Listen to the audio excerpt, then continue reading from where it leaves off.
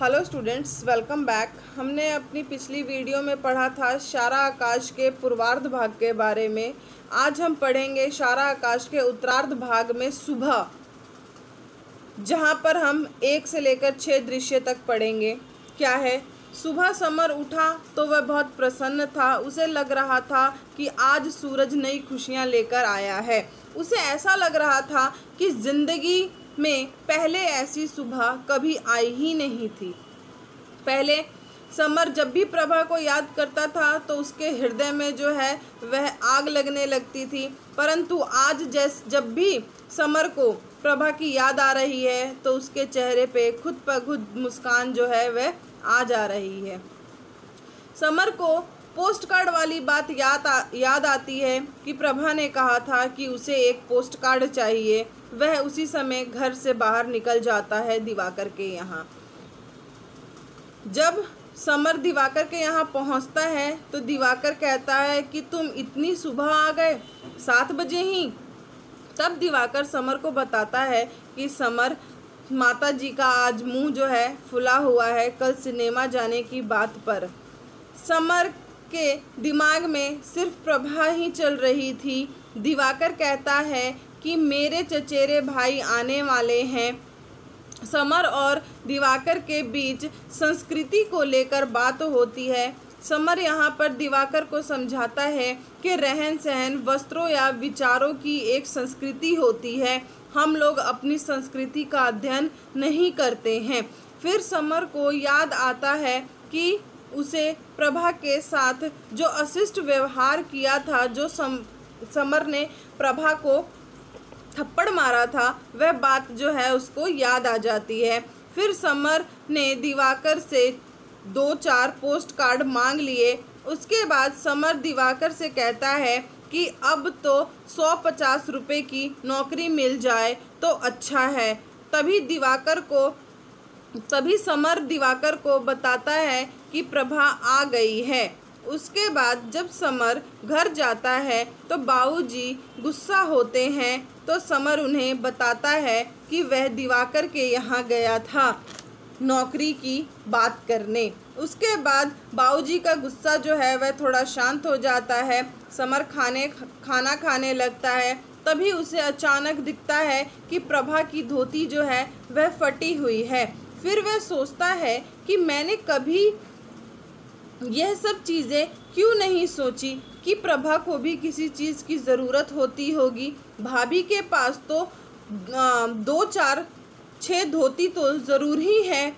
उन्होंने भी कभी ये नहीं देखा कि यह बेचारी सारा दिन काम करती रहती है, कि इसको भी तो किसी चीज़ की ज़रूरत होगी। समर उस समय खुद को एक अपराधी की तरह समझता है। प्रभा समर को बताती है कि जिस दिन मैंने पहले दिन खाना बनाया था, उस दिन खाने में जो सब्ज़ी थी, भाभी ने उसमें मुट्ठी भर के नमक डाल दिया था। समर को यह सुनकर बहुत आश्चर्य होता है और यह भी कहा कि तुमने यह बात मुझे पहले बताई क्यों नहीं। तभी प्रभा कहती है कि पुरानी बातों को याद करने से कोई फ़ायदा नहीं है। समर फिर भी प्रभा से पूछता है कि अम्मा, भाभी तुमसे क्यों नाराज़ रहती हैं? तो प्रभा कहती है कि मैं दहेज नहीं लेकर आई थी, इसलिए अम्मा मुझसे जो है नाराज़ रहती है, और भाभी अम्मा जी के कान भरती है, मेरे खिलाफ बुरा भला कहती है, इसलिए अम्मा जो है वह नाराज़ रहती है। समर फिर पूछता है कि उस दिन छत पर वह क्यों रो रही थी। तभी प्रभा कहती है कि मेरे चरित्र पर संदेह किया जा रहा था, इसलिए। और फिर समर प्रभा से कहता है कि यदि कोई बात बुरी लग जाए तो बुरा मत मानना। फिर प्रभा समर को अपनी एक क्लास फेलो का नाम बताती है, जो है रमा, जिसके साथ वह अपने जीवन के लिए योजनाएं बनाती रहती थी। समर प्रभा से कहता है कि बस अब एक नौकरी लग जाए। तो प्रभा बोलती है कि अच्छी नौकरी के बाद फ़र्ज़ ज़्यादा अच्छी तरह अदा नहीं किया जा सकता। समर उसके कहने का मतलब नहीं समझ पाता है। समर एम्प्लॉयमेंट एक्सचेंज नौकरी के लिए जाता है। वहाँ बहुत भीड़ होती है। समर वापस उदास होकर घर लौट आता है और भाभी से कहता है कि भाभी आप प्रभा को एक धोती दे दीजिए। भाभी मना कर देती है। फिर वह अम्मा के पास जाता है कि प्रभा को एक धोती देने के लिए, तो अम्मा जो है वह भड़क जाती है और कहती है कि तुम बहू की चापलूसी कर रहे हो, बहू के बारे में बातें कर रहे हो, बहू को क्या चाहिए नहीं चाहिए, तुम्हें ये नहीं दिख रहा कि घर वालों के पास क्या है नहीं है, सिर्फ तुम बहू की तरफदारी करने में लगे हो। तभी बाबूजी जो हैं वह आते हैं और यह सब बातें जो हैं वह सुन लेते हैं और उस पर कहते हैं कि कमाने धमाने का तो कुछ है नहीं, बहू की तरफदारी को शेर किसी को भी कुछ। तभी जो है प्रभा कहती है कि क्या ज़रूरत है आपको किसी को भी कुछ कहने की। उसके बाद समर घर से बाहर निकल जाता है तथा देखता है कि बहुत से लोग जो हैं वह आ जा रहे हैं। तभी उसी के सामने एक व्यक्ति आ जाता है तथा वह कहता है कि यहाँ क्लर्कों की भर्ती हो रही है। यह सुनकर समर दिवाकर के घर जाता है तथा उससे कहता है कि अगर अच्छी नौकरी चाहिए तो पहले डिग्री होनी ज़रूरी है। उधर रमा की चिट्ठी आई थी जोधपुर से, तो प्रभा बहुत खुश थी। जब समर घर आया तो प्रभा ने समर को बताया कि प्रभा की चिट्ठी आई है। समर नौकरी को लेकर बहुत परेशान था। तब प्रभा बोलती है कि आप खूब पढ़ें, एमए करें। समर कहता है कि घर में पैसों की तंगी है जिस वजह से वह आगे की पढ़ाई नहीं कर पा रहा है।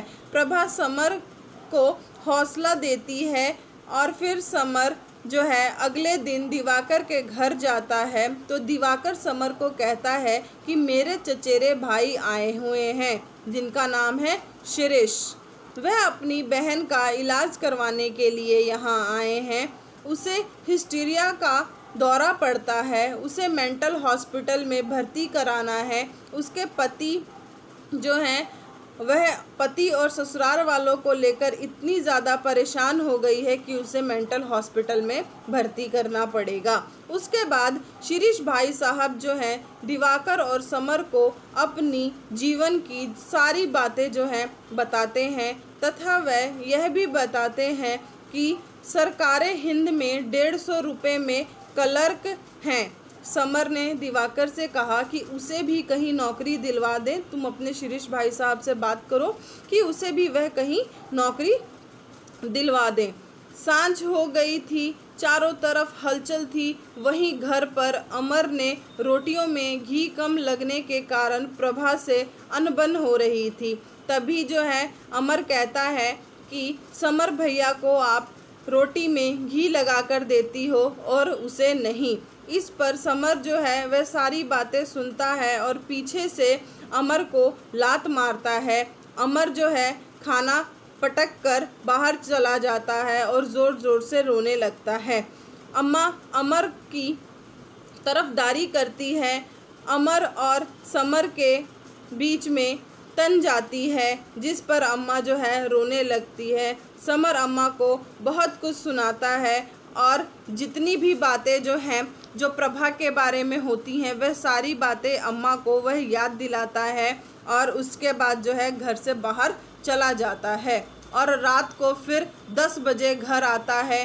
अप्रैल का महीना था, बहुत गर्मी पड़ रही थी जिस वजह से घर के सभी लोग जो हैं वह छत पर सो रहे थे। समर गुस्से में अपनी कोठरी में आता है।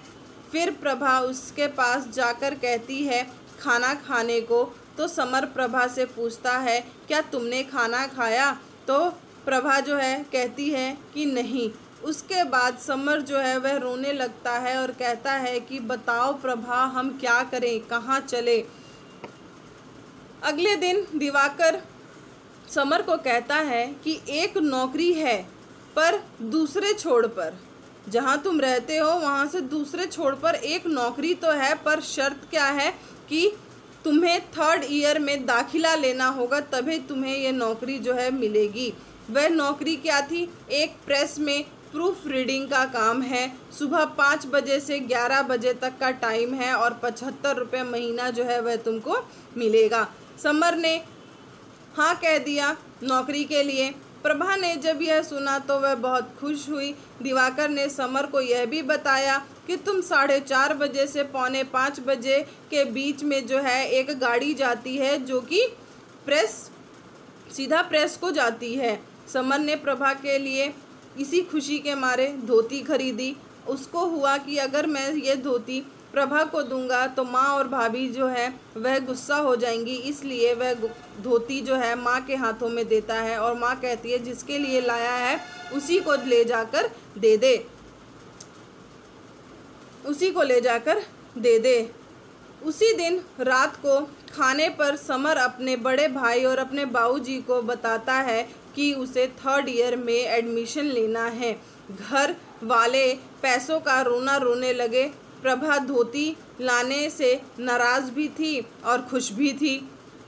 तभी समर बताता है कि उसे एक नौकरी मिली है, पर शर्त है कि उसे कॉलेज में दाखिला लेना होगा। उसके बाद सभी वहाँ से चले जाते हैं। समर प्रभा को किरण के बारे में और शिरीष भाई साहब के बारे में बताता है और तभी जो है कोठरी के किवाड़ पर ज़ोर से किसी ने धक्का मारा।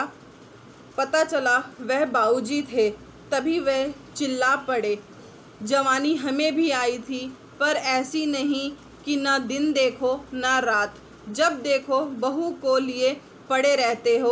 अरे घर में बच्चे हैं, बड़े बूढ़े हैं, किसी का तो लिहाज करो। 10 बजने को आ रहे हैं और बाबूजी का अभी सवेरा ही नहीं हुआ। यहाँ पर जो है पिताजी जो हैं वह समर को ताने मार रहे हैं। बाबूजी अपना आलाप समाप्त करके बाहर चले गए। तब प्रभा जो है धीरे से निकलकर नीचे आ गई, क्योंकि उस समय प्रभा और समर को जो है समय का ध्यान ही नहीं रहा बात करने में कि हाँ समय कितना हो गया है, जिस पर जो है घर वाले जो है वह चिल्ला उठे थे। ये था उत्तरार्ध भाग का जो सुबह है उसका 1 से लेकर 6 दृश्य।